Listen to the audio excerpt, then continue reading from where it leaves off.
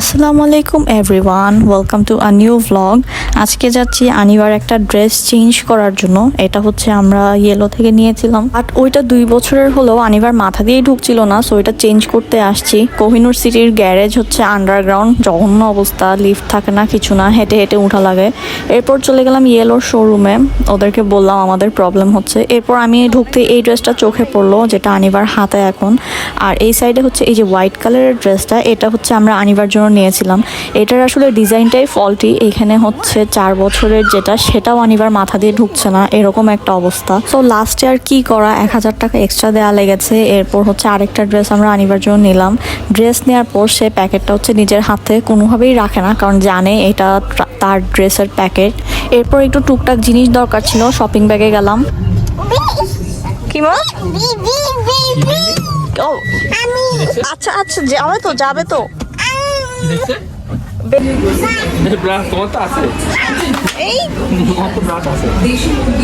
আমার মেয়ে এখন সুপার শপে গেলে সব জিনিস নিজে নিজে কার্টে ভরবে, তার হচ্ছে এটা নিজের একটা ডিউটি মনে করে। আমরাও করতে দিই, সে আসলে এনজয় করে, নিজের জন্য টুকটাক কিছু না কিছু তো সে অবশ্যই কিনবে। বাট ওই দিন আমি ভেবেছিলাম সে মনে হয় ভুলে গেছে কোনো কিছু কেনার কথা। এরপর যেটা হলো, সে সস দেখে আমাকে বলছিল এটা সস। আমাদের বিল করা হয়ে গেছে, এর মধ্যে আমার মেয়ে আমাদেরকে আবার টানতে টানতে একটা কর্নারে নিয়ে আসছে। এখানে সে টেপ দেখছে, তারপর সে আমাদেরকে একটা ব্যাগ দিল, এটা হচ্ছে সেই ব্যাগ, ওর এটা নিতেই হবে। তো আমরা ভাবলাম ওর কালার পেন্সিলগুলো, ক্রেয়ন্সগুলো রাখার তো কিছু নাই, তো ওকে এই ব্যাগটা কিনে দিলাম আমরা।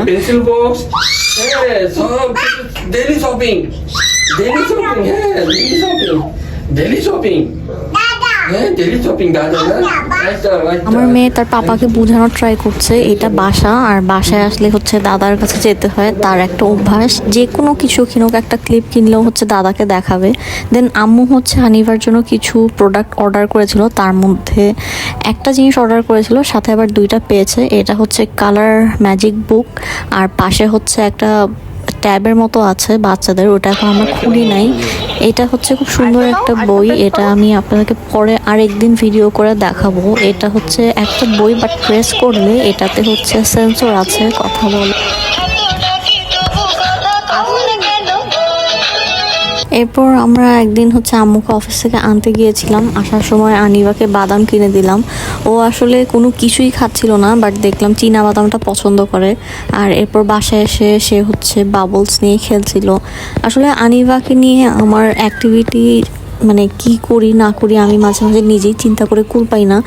এগুলো ছিল রাতের ডিনার, আমি যখন তাড়াহুড়ায় থাকি সব কিছু এরকম ডেকচি টেকচি সহ টেবিলে দিয়ে দিই, কারণ আসলে সব বাটিতে করে দেওয়ার মতো টাইমও থাকে না। তো আমি সব তাড়াতাড়ি গরম করে আম্মুকে ডাকি খাওয়ার জন্য, আনিবাকেও খাওয়ানো লাগে, সব কিছু মিলে হজবরল অবস্থা হয়।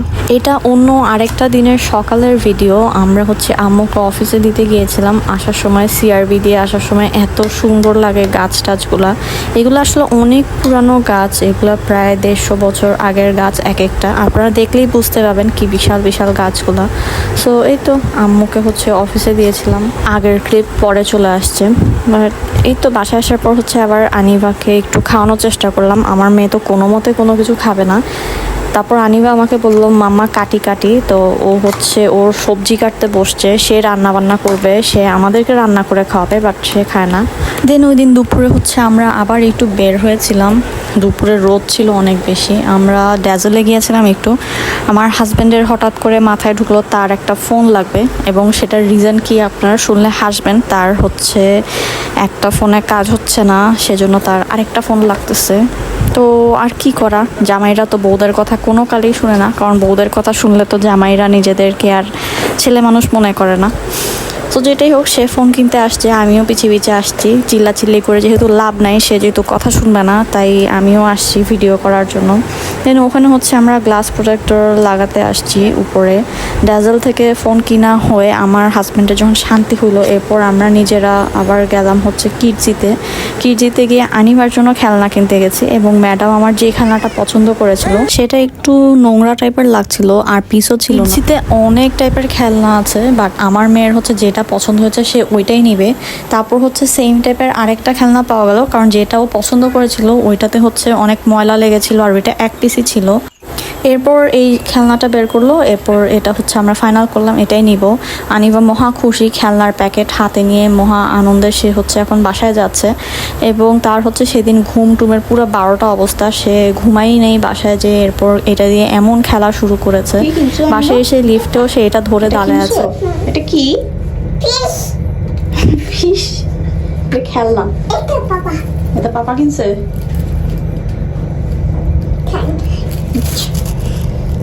আমি আনিবাকে নিয়ে একদিন হচ্ছে এভাবে বারান্দায় বসে বসে কফি বিস্কিট খাচ্ছিলাম। আমি আর আনিবা মাঝে মাঝে হচ্ছে এরকম হাবিজাবি কাজ কারবার করি। সে বাইরে প্রকৃতি দেখতে খুব পছন্দ করে। সো ভ্লগ আমি এখানেই শেষ করে দিচ্ছি। এতক্ষণ পাশে থাকার জন্য থ্যাংক ইউ সো মাচ। আমাকে কমেন্টে অবশ্যই জানাবেন আমার ভিডিও আপনাদের কেমন লেগেছে, কারণ আপনারা যদি কমেন্টে না জানান তাহলে তো আমি আর বুঝবই না আপনাদের হচ্ছে আমার ভিডিও ভালো লাগে বা খারাপ লাগে। এটাই আর কি। সবাই আমাদের জন্য দোয়া করবেন। এতক্ষণ পাশে থাকার জন্য থ্যাংক ইউ সো মাচ।